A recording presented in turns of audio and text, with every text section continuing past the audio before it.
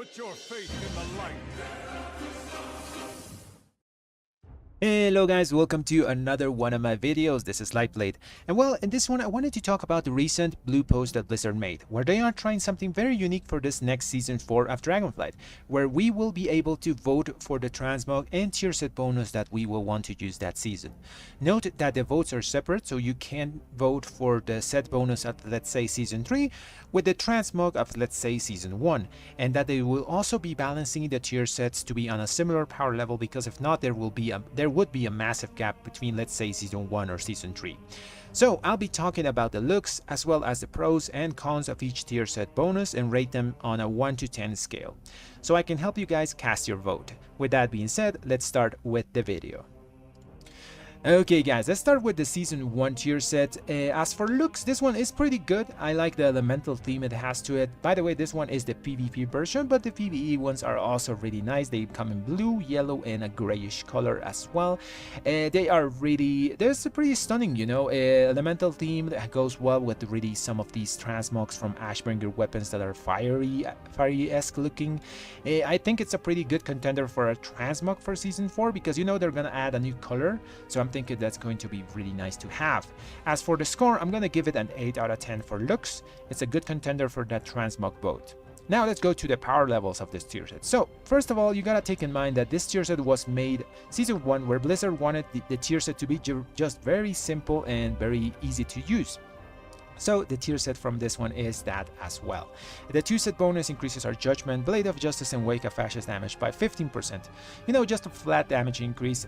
One thing to note is, while this tier set is really simple and doesn't really change your rotation at all, it just adds flat damage, it's pretty damn strong, especially if they tune it to be on par with, let's say, tier sets from season 3.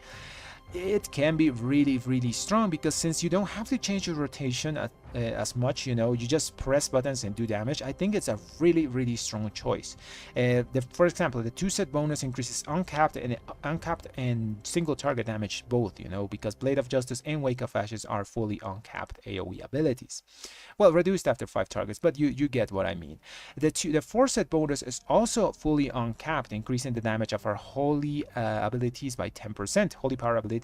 So that's increasing your single target Templar's Veredict's damage, and also increasing the uncapped reduced after 5 of your Divine Storm. So I think if this tier set is tuned correctly, it can be really damn strong and a really powerful contender in season 4. So I'm gonna give it an 8 out of 10. Strong if they tune it correctly, but sometimes Blizzard makes mistakes on tuning. You know, they don't have the best track record on tuning stuff for Retribution Paladins. But in paper, like I said, 8 out of 10, pretty good. Now let's go to the season 2 tier set. Okay guys, so this is the tier set from season 2. As you can see, for looks, this one is incredible. I like it a lot. I'm gonna give this one a 9 out of 10 just out of the box, because I just like how it looks. You know, it looks very Paladin-esque. It is very regal. It has that glow, that Paladin feel. It's a really nice looking tier set, you know. It also goes really well with any Ashbringers that you have. I think they made just the Ashbringers to go with any tier set that we can get, but still, it goes really well with the red Ashbringer from the Legion Mage Tower, by the way. Anyways, like I said, 9 out of 10. I think that I'm going to vote for this actually whenever I get the chance. You know, it's just really strong looking.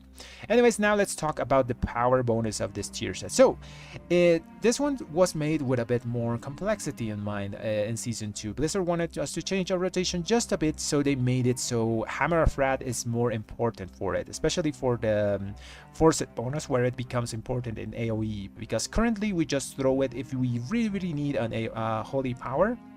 But other than that, you just ignore it in AoE scenarios. Okay, let's talk about the 2 set.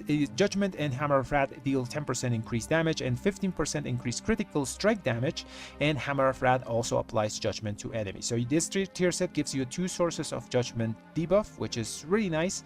It just increases the damage that your holy power spending abilities are going to do to those debuff targets. The 4 set bonus is Judgment increases the damage enemies take from holy power spenders by an additional 15%, so it's a total of I think 40% if we add it up. Yeah, no, 35% actually. And Hammer of Wrath hits 4 targets by reduced to 20% of its damage, you know, so to the secondary targets. So this tier set was really good. Mechanically, a lot of people like it.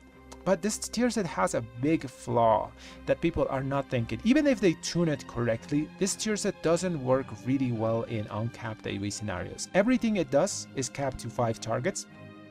I don't think that's good.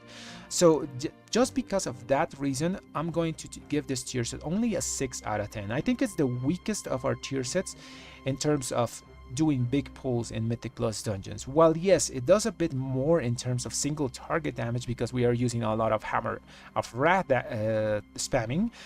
The AoE uncapping in Mythic Plus dungeons is really important because in the end of things, you know, Mythic Plus dungeons, they always go to just huge pulls. And if we have a tier set that is capped at 5 targets, it's not going to feel very well. So yeah, I'm just gonna give it a 6 out of 10.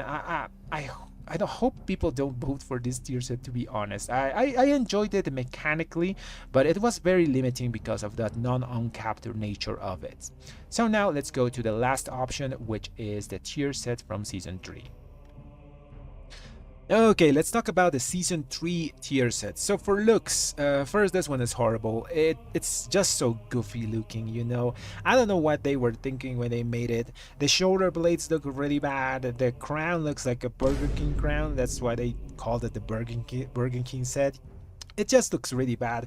There's also like no Ashbringer that goes well with this set. And when that happens, you know, that's a huge red flag because Ashbringer sword goes with everything.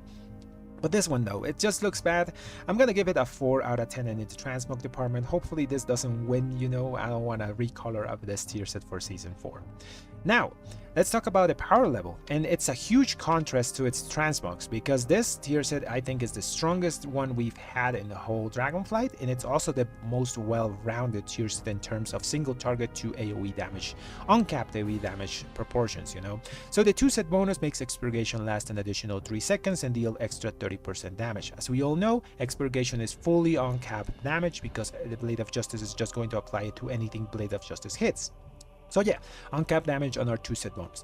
But that's not all. It also has some extra 5 target damage cleave with whenever you cast a Judgment or a Divine Toll on an expurgation debuff target, it's going to explode with Wrathful Sanction, doing extra damage to the main target and some small damage to 4 nearby enemies, which is just nice, you know. It's just a nice extra cherry on the top for the 2 set bonus.